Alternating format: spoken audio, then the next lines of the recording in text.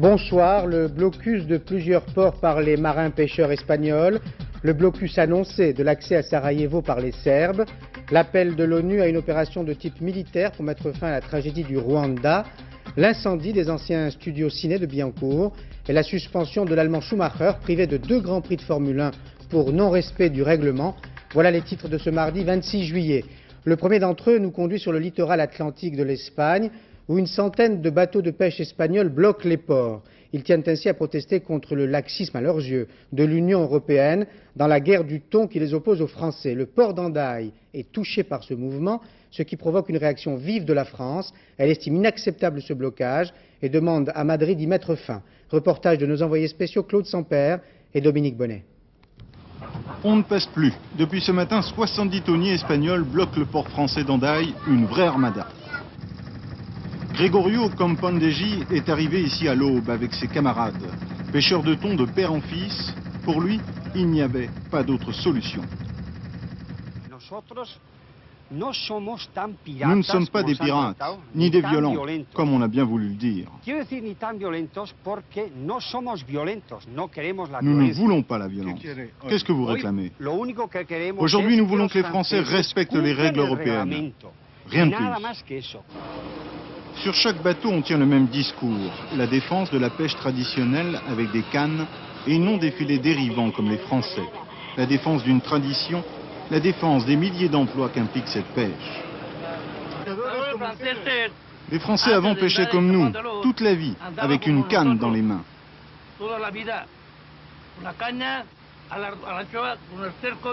Aujourd'hui, ils veulent travailler peu et gagner beaucoup.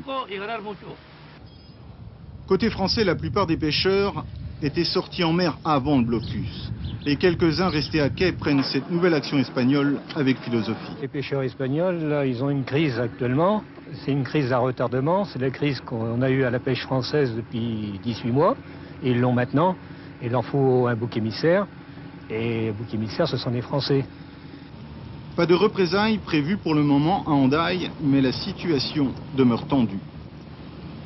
En fait, ce sont tous les ports de la côte nord de l'Espagne qui sont bloqués depuis ce matin. Comme ici, à Bilbao, ces pêcheurs de thon sont arrivés vers 6 h du matin de tous les ports environnants et ils empêchent tous les bateaux d'entrer ou de sortir. Un blocus qui a déjà des conséquences économiques lourdes sur le commerce et sur le tourisme. Un ferry a même été détourné sur Roscoff. En tous les cas, au port de Bilbao, on ne mâche pas ses mots. Qu'est-ce que vous pensez du conflit entre les pêcheurs français et espagnols? Les Français sont bien les fils de leur mère, tous. Je te dirai rien d'autre. Qu'est-ce que vous voulez dire par là? Tu m'as très bien compris. Toute la journée, les pêcheurs espagnols ont négocié avec leur gouvernement, pour le moment, sans résultat. Les marins pêcheurs français qui avaient été agressés par les Espagnols restent très attentifs à l'évolution de la situation et se montrent critiques à l'égard du ministre français de la Pêche qui a suggéré l'utilisation d'un seul filet dérivant de 2,5 km par navire. Climat sur l'île Dieu, décrit par nos envoyés spéciaux Gilles Marinet et Bertrand Michaud. Port-Joinville, cet après-midi, le long d'un quai, la Gabrielle, symbole du conflit franco-espagnol, elle est délestée de sa cargaison avariée. Ses poissons seront enterrés quelque part sur l'île. Enterré aussi l'espoir placé dans la négociation avec le ministre de la Pêche, puisqu'on demande aux navires d'embarquer encore moins de filets. Les marins pêcheurs, eux, se sentent lâchés. Ah oui, là on est lâchés, là on est les cocus de l'histoire. Là, franchement, là maintenant, on se sent vraiment largué de toutes parts. Avec l'annonce du blocus du port d'Hendaye par les bateaux espagnols, le réveil a été encore plus dur. L'incompréhension le dispute à la colère. Aujourd'hui, Hondarois est occupé. Après tout, ils font ce qu'ils veulent chez eux. Hendaye est occupé. Est-ce que la France a libéré le port français et espagnol? J'ai un peu honte d'être français aujourd'hui, de voir ce qui se passe. Depuis le début de la guerre du thon, les marins pêcheurs occupent le devant de la scène. Mais à l'île Dieu, c'est toute une communauté qui s'inquiète. 400 pêcheurs, 150 employés à la criée et plusieurs centaines d'emplois induits. Si la pêche, et notamment la pêche au thon, devait sombrer, les 5000 habitants ne pourraient vivre ici toute l'année. Le tourisme ne suffit pas. S'il n'y avait pas de marins à l'île Dieu, il n'y aurait plus d'activité économique l'hiver. Et donc tout ce qui est artisanat, commerce et tout ça ne vivrait que l'été. Ce soir, l'incertitude est grande. Les tonniers hésitent à reprendre la mer, tandis que les tractations franco-espagnoles et franco-françaises surtout continuent. Et précisément, je vous propose d'écouter Jean Puech, le ministre de l'Agriculture et de la Pêche, qui vient de donner une conférence de presse et qui répond à la fois aux marins-pêcheurs français et espagnols. Le français, j'estime que nous avons réglé l'affaire et qu'il faut que nos pêcheurs aillent travailler suivant les modalités qui ont été arrêtées et qu'ils ont acceptées. Et je pense que tout le monde est satisfait, je vous les ai livrés, c'est-à-dire donc on pêche avec des filets de 2,5 km, avec des filets de remplacement, de secours, sur un bateau assistance, de surveillance. Concernant le blocus des ports, c'est une attitude inadmissible de la part des pêcheurs espagnol. Il y va de la souveraineté d'une partie de notre territoire, c'est évident, ce qui fait que nous avons contacté aussitôt le gouvernement espagnol en leur disant, en demandant qu'ils veuillent bien rétablir la bonne circulation dans cette zone. Londres, secoué par une nouvelle explosion, c'était une voiture piégée. L'attentat qui visait l'ambassade d'Israël a fait une quinzaine de blessés. Il s'est produit 8 jours après celui de Buenos Aires qui avait provoqué la mort d'une centaine de personnes dans l'immeuble d'une association juive. Yitzhak Rabin y voit la main d'intégristes arabes opposés à la paix au Proche-Orient. Anne Poncinet. Il ne reste plus grand-chose de la voiture dans laquelle la bombe a explosé. Une voiture garée juste à proximité de l'ambassade israélienne dont la façade a été gravement endommagée. C'est une femme d'apparence moyen-orientale qui aurait garé le véhicule piégé avant de s'éloigner. Et au moment où le policier en faction s'approchait de la voiture, elle a explosé. C'est ce qu'ont annoncé les services antiterroristes qui sont donc à la recherche d'informations sur cette femme. La bombe a explosé à 12h10. Elle a fait 15 blessés, pour la plupart légèrement touchés par des éclats de verre. Tout de suite, on s'est couché par terre, raconte le second secrétaire de l'ambassade. Et puis après, on a évacué les employés vers Hyde Park. Et puis on les a renvoyés chez eux. Cet attentat intervient une semaine après celui qui avait visé les locaux de l'association mutuelle israélite argentine à Buenos Aires, tuant 96 personnes. Yitzhak Rabin, Premier ministre israélien, a déclaré qu'il s'agissait d'une vague d'activités terroristes islamiques. Et dès ce soir à Londres, les autorités ont renforcé les mesures de sécurité autour des bâtiments de la communauté juive. Le stationnement sera temporairement interdit devant ces édifices.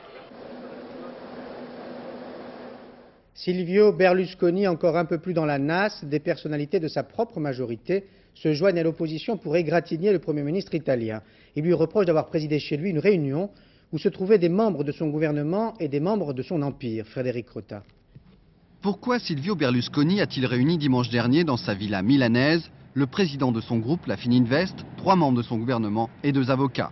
C'est la question que toute la classe politique se pose aujourd'hui, d'autant que cette réunion impromptue se tenait peu après que 2 dirigeants de la Fininvest aient été l'objet d'un mandat d'arrêt pour une affaire de corruption. Qualifiée par les proches du Premier ministre de réunion entre amis, cette rencontre a mis le feu aux poudres. À gauche comme à droite, on reproche à Silvio Berlusconi de mélanger les genres et d'avoir rompu sa promesse de ne plus s'occuper de son empire. Qui plus est, les accusations portées ce matin dans le journal La Repubblica, proche de la gauche, ne font qu'envenimer le débat. Salvatore Schiaccia, directeur fiscal de Fininvest, accuse Paolo Berlusconi, le frère, de lui avoir remis un gros paquet d'argent pour corrompre la police financière. De l'argent contre les yeux fermés sur d'éventuelles irrégularités fiscales. Paolo Berlusconi n'appartient pas directement à la Fininvest, mais il dirige un holding qui gère les affaires immobilières de la famille Berlusconi. Sa société est également actionnaire du quotidien Il Giornale, qui ne s'attarde pas trop sur les démêlés de Paolo, mais qui ose publier à la une photo de Bettino Craxi, ancien Premier ministre, lui aussi impliqué dans des affaires de corruption. Bettino, exilé sur une plage tunisienne, pourrait faire l'objet d'un mandat d'arrêt international et d'un séjour moins agréable en prison. Daniel Dugout recevra demain matin dans les 4 vérités à 7h50 un homme qui connaît bien la situation italienne, le journaliste italien Elio Comara. Le secrétaire général du RPR réprimande le secrétaire général adjoint du RPR. Dans un entretien accordé au Figaro aujourd'hui, Alain Juppé a mis en garde Jean-Louis Debré contre toute guérilla anti-gouvernementale avant l'élection présidentielle. Ce sera, a-t-il ajouté, sévère la dernière fois. Mais de cela, les ministres réunis en début de soirée autour d'Édouard Balladur à Matignon n'en ont pas parlé. Ce n'était pas à l'ordre du jour, Jérôme Catalin. Non, Paul. Et d'ailleurs, vous savez qu'il n'y a pas réellement d'ordre du jour pour ces réunions mensuelles. En fait, il s'agit plutôt de renforcer, si vous voulez, la cohésion gouvernementale en faisant avec tous les ministres un petit tour d'horizon des dossiers d'actualité. On parlera donc ce soir, et on parle ce soir depuis plus d'une heure maintenant, du budget, de la rigueur budgétaire, notamment autour de Nicolas Sarkozy, le ministre du Budget. La rigueur budgétaire demandée par Edouard Balladur. Mais l'on va évoquer aussi le Rwanda, et cela avec d'autant plus d'attention que le Premier ministre entame demain une tournée africaine qui va le mener en Côte d'Ivoire, au Sénégal et au Gabon. Mais on peut dire, Paul, qu'il y a ici ce soir comme un petit air de pré-vacances. Eh bien, d'abord parce que vous le savez qu'au mois d'août, généralement, 2 des conseils des ministres sont supprimés pour donner quelques vacances aux ministres. D'ailleurs, Edouard Balladur prendra ses vacances dans la première quinzaine du mois d'août. Et puis aussi parce que les épouses, ce soir, les épouses des ministres ont été conviées au dîner qui clôture cette réunion gouvernementale. Voilà un petit peu ce qui peut expliquer l'air de pré-vacances qui règne ici à Matignon. Merci Jérôme, je reprends quand même votre terme, c'était une réunion de travail. Le Conseil des ministres appellation contrôlée aura lieu demain à l'Elysée et sera présidé par le président François Mitterrand, fera en quelque sorte sa rentrée 9 jours après sa 2e opération de la prostate. Jérôme Catala a fait allusion à la situation au Rwanda. Nous attendons tous les reportages réalisés aujourd'hui par nos envoyés spéciaux. Nous avons un petit problème de faisceau, de liaison avec le Rwanda. Il devrait arriver d'une minute à l'autre. Le PASS mérite bien son nom, le prêt à l'accession sociale. Il va plus loin que le PAP, le prêt à l'accession à la propriété, parce qu'il permet d'acheter un logement ancien sans devoir faire des travaux. Et cela ne peut que relancer l'immobilier. Jean Pézieux et Jean-Louis Bousser nous proposent un exemple. La remise des clés à Agnès et Bruno. Ça y est, l'appartement est à eux. Leur 2 pièces leur a coûté 510 000 francs. Pour le payer, un prêt employeur et surtout un PASS, un prêt à l'accession sociale. Encore mal connu, ce prêt public a été créé pour permettre l'achat de logements anciens sans travaux. Taux du PASS, 7,5%. Super, au moment où les taux des banques risquent de repasser au-dessus de 9%. Agnès, en tout cas, avoue qu'ils se sentaient à l'étroit dans leur studio. Là, on paye 2000 francs, donc un 28 mètres carrés. En tant que locataire? En tant que locataire. Et là, ça nous fait rembourser à peu près 5000 francs pour un F4 et pour quelque chose qui est vraiment à nous. Donc, je crois que la différence vaut la peine? Oui, la différence vaut vraiment la peine. Le prêt PASS est un des moyens qui auront permis la reprise des achats dans la banlieue sud de Paris. Dans l'Essonne, par exemple, 15% de transactions en plus par rapport à l'an dernier. Ce qui se vend le mieux, les logements entre 500 000 francs et 1 million.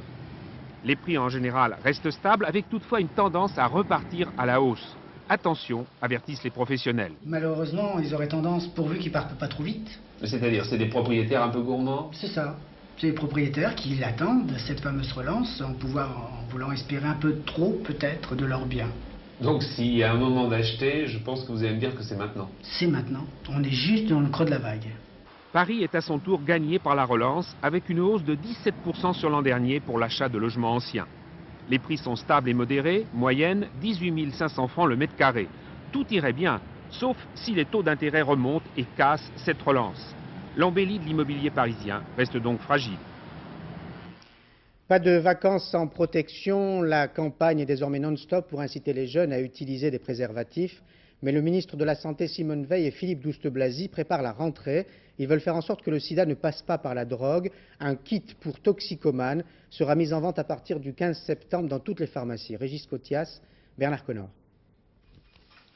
De seringues, une fiole d'eau distillée, un tampon imprégné d'alcool, un filtre, un préservatif, c'est le Steribox, en vente à partir du 15 septembre dans les 23 000 pharmacies françaises.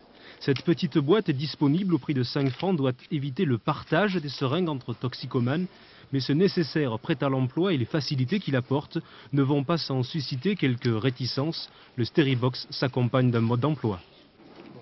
Je pense que vous le connaissez, j'ai qu'une consigne à vous donner, de bien jeter les seringues. Oui, bien sûr, non, il y a on peut en faire qu'une fois. Oui, bien sûr, et on c'est bien. Ouais. Pour moi, un pharmacien, c'est un vrai problème de conscience. Parce qu'effectivement, cette petite trousse, elle est très complète, on a l'impression qu'il n'y a plus qu'à y ajouter la drogue. Et c'est sûr qu'elle ne peut pas être vendue comme ça sans explication. Il faut vraiment prendre son temps et faire le nécessaire pour que le toxicomane comprenne qu'on ne l'aide en aucune façon à se droguer, mais simplement qu'on lui permet de ne pas attraper le sida. Depuis 1987, les seringues sont en vente libre et pourtant 30% des toxicomanes sont séropositifs, 70% sont infectés par le virus de l'hépatite C. Seule solution pour enrayer ces contaminations, un accès toujours plus facile aux seringues. Bon, moi je suis toxico, je sais que si je trouve pas de stériboc, je vais trouver une seringue, et si je trouve pas de seringue, peut-être que je vais faire une connerie d'aller prendre la seringue d'un autre. Donc pour moi c'est pas inciter à la drogue, quoi, je veux dire. Au contraire, c'est une prévention, le stériboc. Le Stéribox à 5 francs, c'est le shoot propre à partir du 15 septembre, en espérant que les toxicomanes jetteront leurs seringues usagées. Médecins du Monde fait un nouvel effort pour le Rwanda. Un avion va décoller ce soir d'Orly pour Goma. À son bord, 40 tonnes de médicaments et de matériel de pompage, mais aussi 22 médecins qui vont lutter contre la terrible épidémie de choléra. Le nombre de victimes ne cesse d'augmenter. Retrouvons nos envoyés spéciaux, Philippe Gassot et André Issora.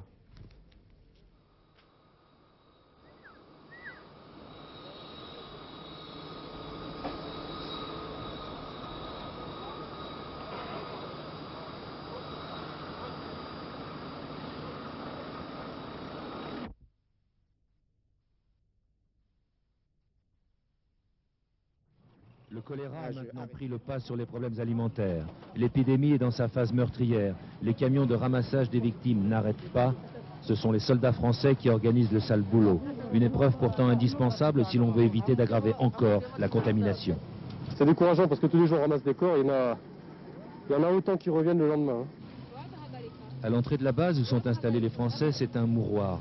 Les orphelins se comptent par dizaines. Cette petite fille n'aura plus de maman demain. Mais si l'on reste ici, c'est que souvent les soldats de garde donnent discrètement eau et nourriture.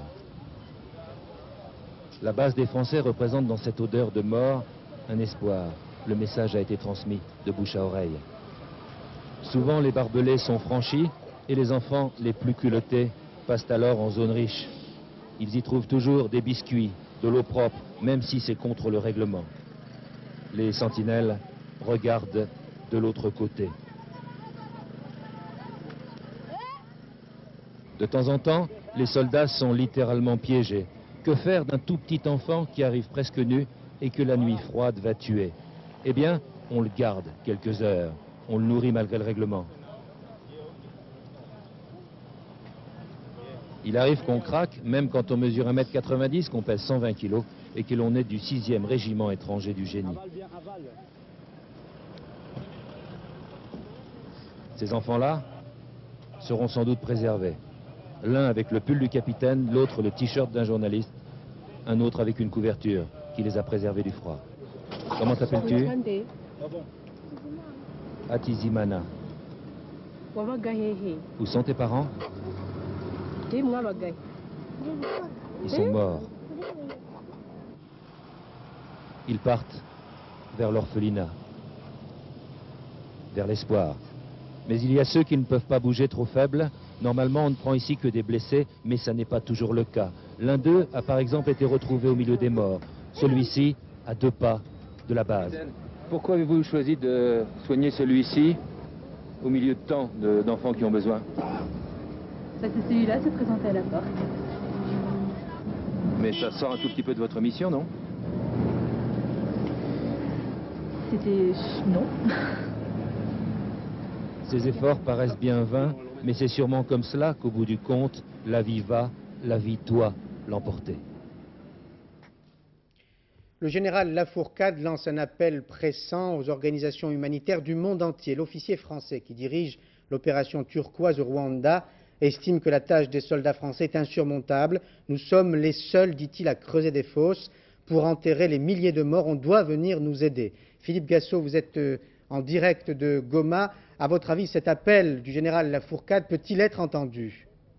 Eh bien, écoutez, je souhaite que cet appel soit entendu, car il n'est pas possible de raisonner autrement. Lorsque l'on suit la route qui est derrière moi, on voit des camions qui ramassent, vous avez vu au début du sujet que vous venez de présenter, des milliers de morts sont ramassés chaque jour, et ces morts sont entreposés au bout de cette route. Et vous savez que les cadavres qui ont été tués par la terrible maladie du choléra sont éminemment contagieux. Alors si on veut se battre contre contre le choléra, il faut trouver une solution. Et des solutions, il n'y en a pas 150 000. Il faut venir et faire comme les Français, ramasser ces cadavres. Il faut aussi avoir des moyens, car sachez que le dénuement est tel ici qu'on n'arrive pas à faire des trous. Nous sommes dans une région volcanique, il faudrait des pelleteuses, il faudrait même des explosifs pour pouvoir y placer les corps des malheureux qui sont ramassés chaque jour.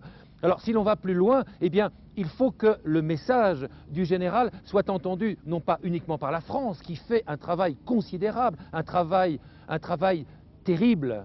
Ce sont des jeunes gens de 20 ans qui ramassent les cadavres. Il faut que l'Europe réagisse. Il faut que les États-Unis sont présents maintenant sur cet aéroport de Goma. Eh bien, il faut qu'ils y aillent également sur les routes ramasser les cadavres.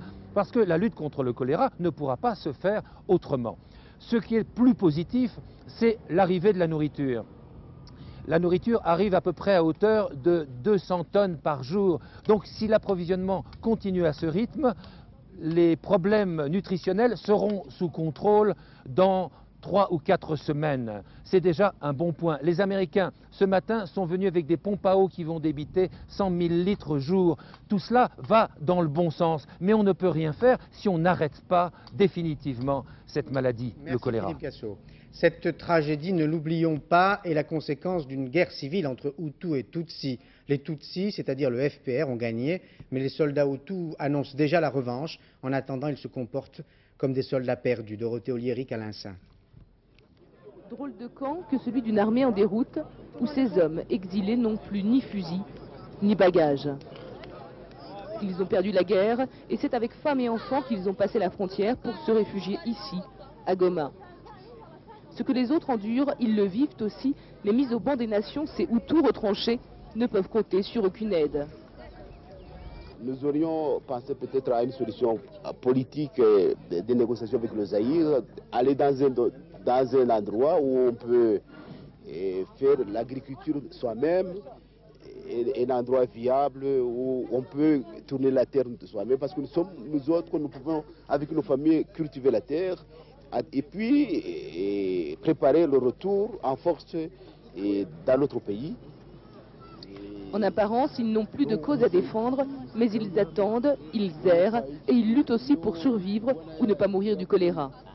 Au total, dans ce camp, tout près du centre-ville de Goma, il serait entre 10 000 et 40 000. Beaucoup sont morts, d'autres ont déserté. Et puis, il y a ceux qui veulent reprendre la guerre, ceux aussi qui ont du sang sur les mains. On n'a pas perdu la guerre, on peut reconquérir notre territoire.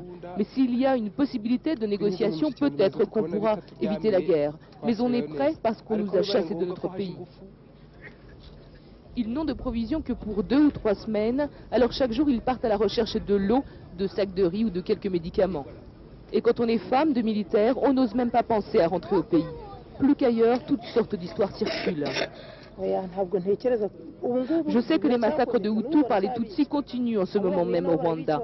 Et les Tutsis crèvent les yeux des enfants, coupent les bras et même éventrent tout ce qui est Hutu. Avant de remettre cette armée sur pied, il faudra du temps. Et même si quelques groupes isolés parlent de revanche, il leur faudra avant tout des munitions en grande quantité. Si la majorité des militaires des forces armées rwandaises sont regroupés ici, à Goma, nous en avons rencontré également dans la zone de sécurité tenue par les Français. Certains sont toujours armés, bien décidés à ne pas se laisser désarmer, et ils poseraient certains problèmes aux soldats français en commettant notamment des pillages. Si vous souhaitez aider les réfugiés, sachez qu'il existe un comité national de solidarité France-Rwanda. Je vous donne les indications qui apparaissent. CCP 9014D Paris. Vous devez spécifier Urgence Rwanda, boîte postale 791 75 837 Paris, CEDEX 17. Il y a des hommes qui n'aiment pas les chevaux et qui aiment le feu. 2 nouveaux incendies d'écuries se sont déclarés la nuit dernière à Maisons-Laffitte dans les Yvelines. Près de Paris, les chevaux ont eu peur mais peuvent toujours galoper. Il n'y a pas eu de victimes. Déjà, il y a une dizaine de jours, d'autres poney clubs avaient brûlé en région parisienne. Les pompiers ont dû combattre un autre incendie la nuit dernière à Boulogne, dans les Hauts-de-Seine, dans un lieu mythique du cinéma français, les anciens studios de Billancourt. Mais ils pourront renaître de leurs cendres en 96. Bruno Lopez, Philippe Turpot. Il a fallu 3 heures d'effort, 120 pompiers pour venir à bout des flammes. Voilà tout ce qui reste des anciens studios de Billancourt. des amas de tôle et de bois, mais le site désaffecté était en démolition depuis le mois dernier. Véritable lieu mythique du cinéma, les studios de Billancourt ont résonné des voix d'Arletty ou de Simone Signoret. Une enquête est ouverte pour déterminer les causes du sinistre.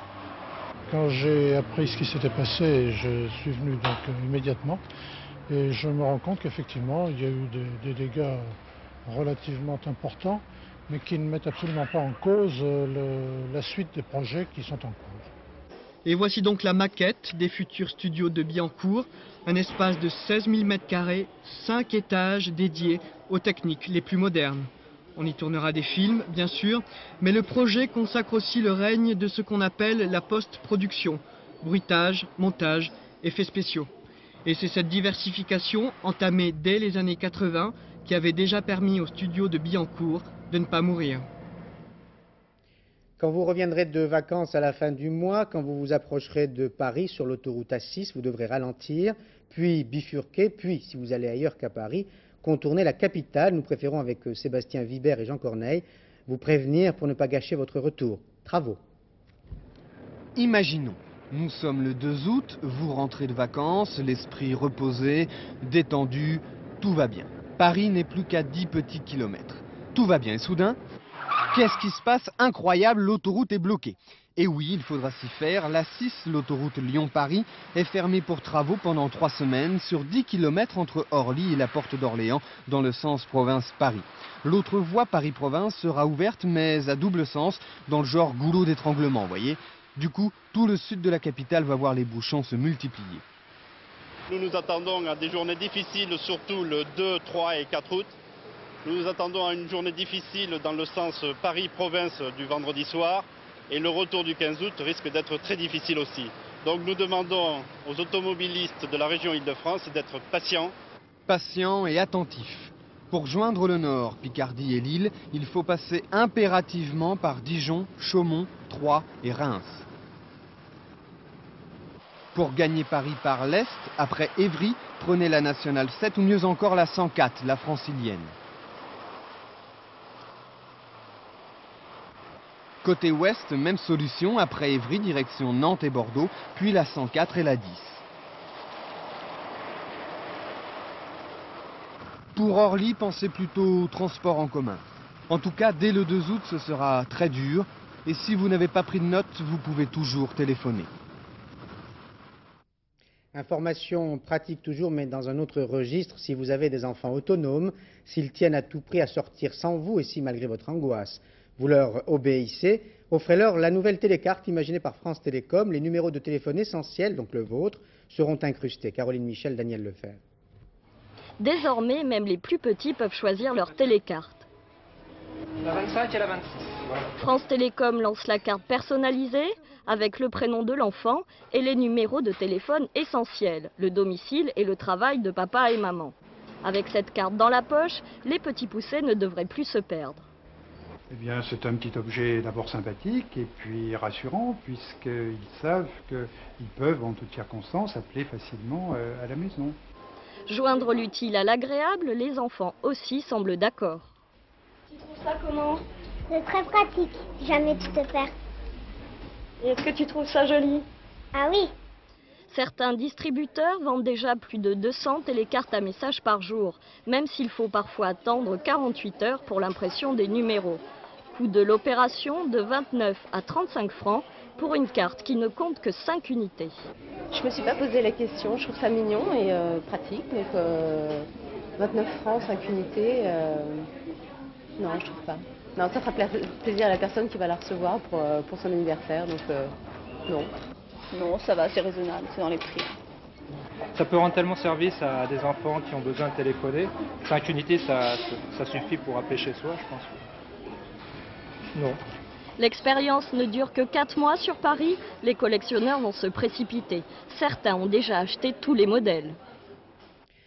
Un champion suspendu, Michael Schumacher est privé de 2 grands prix de Formule 1 pour non-respect du règlement. Problème, le prochain grand prix, ce sera chez lui, en Allemagne. Laurent-Frédéric Bollet.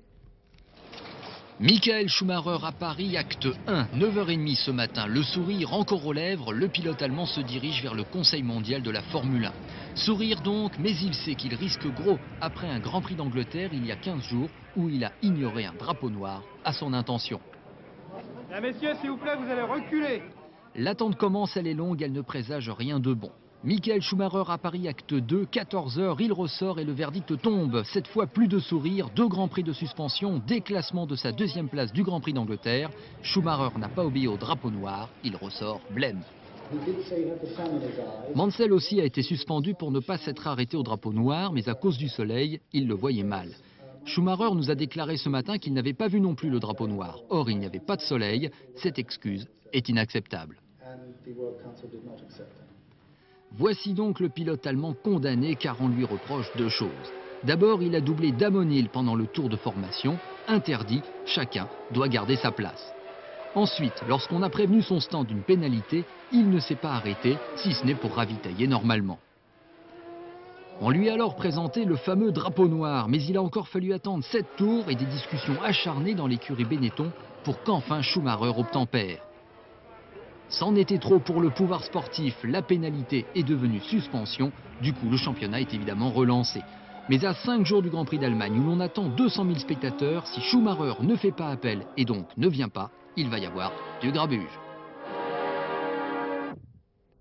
À propos de grabuge, il y a des sports dangereux pour ceux qui les regardent. Est-il nécessaire de commenter l'image que vous allez voir? Elle a été filmée en Suède.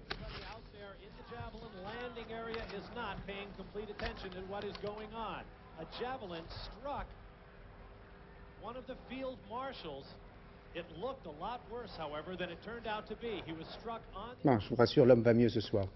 Chaque soir dans le journal, nous vous montrons des scènes de guerre et de haine. Nous cherchons bien sûr à comprendre les raisons de cette violence et nous nous attachons surtout, nous journalistes, à déceler les raisons politiques ou économiques. Et il y en a d'autres qui tiennent à la nature même de l'homme et il faut parfois prendre un détour pour tenter de comprendre ce mystère. Thierry et Philippe Luzzi nous présentent d'Avignon l'écrivain anglais Edward Bond. Ce petit bonhomme aux allures d'enfant est un immense écrivain. Edward Bond a 60 ans et depuis les années 60, il fait scandale en Angleterre. Cadeau d'anniversaire, 4 pièces montées en Avignon et un décor tout blanc, celui du metteur en scène Alain Françon, pour pièces de guerre. Après une explosion nucléaire, un gouvernement, plutôt militaire, donne un ordre. Chaque soldat retournera sur les lieux de sa résidence civile et éliminera un enfant. Je dois tuer un enfant. Quoi? Tu dois tuer un enfant? C'est un ordre. Tuer un gosse? Quel gosse? N'importe quel gosse. Tu peux pas faire ça. C'est un ordre. Tu ne peux pas donner un ordre comme ça. Et l'armée peut. Edward Bond ne décrit pas le monde, il le pense. Ce qui l'intéresse dans la guerre, c'est le processus qui mène à l'horreur. Comment, après Hiroshima et Auschwitz, un cerveau humain peut encore penser à tuer? Comment un homme peut aimer ses enfants et dès qu'il porte un uniforme, tuer ceux des autres sans problème? Comment le sang de l'histoire ne sert à rien? Je pense que le problème des armes, de l'armement, est un problème très aigu et très urgent. Ce qui me fascine, pourquoi les gens s'entretuent. En période de guerre, chaque détail peut conduire à la violence. Le soldat a obéi, il a tué l'enfant, mais il refuse de ramasser un paquet de cigarettes. Moralité. Hey, qui vous a dit de bouger? Faites pas de mal au petit. Non! Non! Attrape! Vision d'horreur à la Goya. À ceux qui trouveraient cela trop violent, Edward Bond conseille d'aller voir la réalité. Vous qui avez beaucoup parlé de la mort, qu'est-ce que vous voudriez qu'on écrive sur votre tombe? No parking.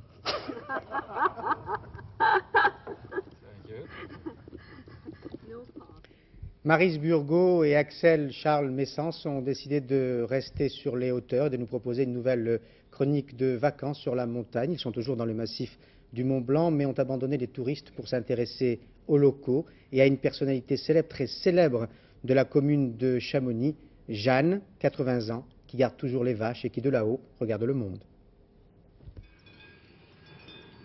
On est tous pressés. tous, on n'a plus le temps de rester tranquille. Et moi, c'est ce que j'apprécie, de rester tranquille. Il y a le téléphérique des gens pressés juste au-dessus de l'alpage. Il y a les randonneurs qui marchent sans trop regarder. Et il y a Jeanne, 80 ans. Jeanne, la dernière gardienne de vaches, à Chamonix. 3 mois de solitude par an, à 1800 mètres d'altitude. Autrefois, Jeanne avait bien un mari, il était guide, c'est la montagne qui le lui a pris. Alors, aux touristes qui passent, Jeanne parle toujours des accidents de montagne. Quand j'entends au poste les jeunes qui tombent, je dis c'est incroyable. Incroyable, voyez, de perdre les siens. Enfin, c'est pas bon pour personne. Et maintenant, justement, la montagne est beaucoup pratiquée sans voir les dangers. Derrière la fenêtre, c'est le progrès. À l'intérieur, c'est la vie montagnarde d'autrefois, celle des soirées sans télé. Et Jeanne ne cessera jamais de le dire. Autrefois, c'était bien, c'était mieux. Autrefois, on se parlait plus, on avait du temps. Nostalgie. On a eu une jeunesse tout en travaillant dur, une jeunesse, une belle jeunesse, quoi. Ouais. Moi, je remercie mes parents de nous avoir appris à travailler et à aimer tout le monde. Jeanne a aussi appris à aimer les cadeaux de la montagne. Les fleurs, ce n'est pas que pour la décoration, c'est aussi pour soigner. Ceci, c'est de l'arnica.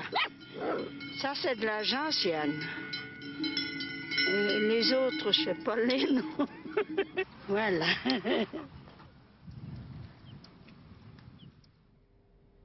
Demain à 13h dans le journal de Daniel Bilalian, Maryse Burgot vous parlera des travaux en montagne effectués grâce à un outil indispensable, l'hélicoptère. Ce journal est terminé. Isabelle Martinet dans un instant pour Le ciel bleu.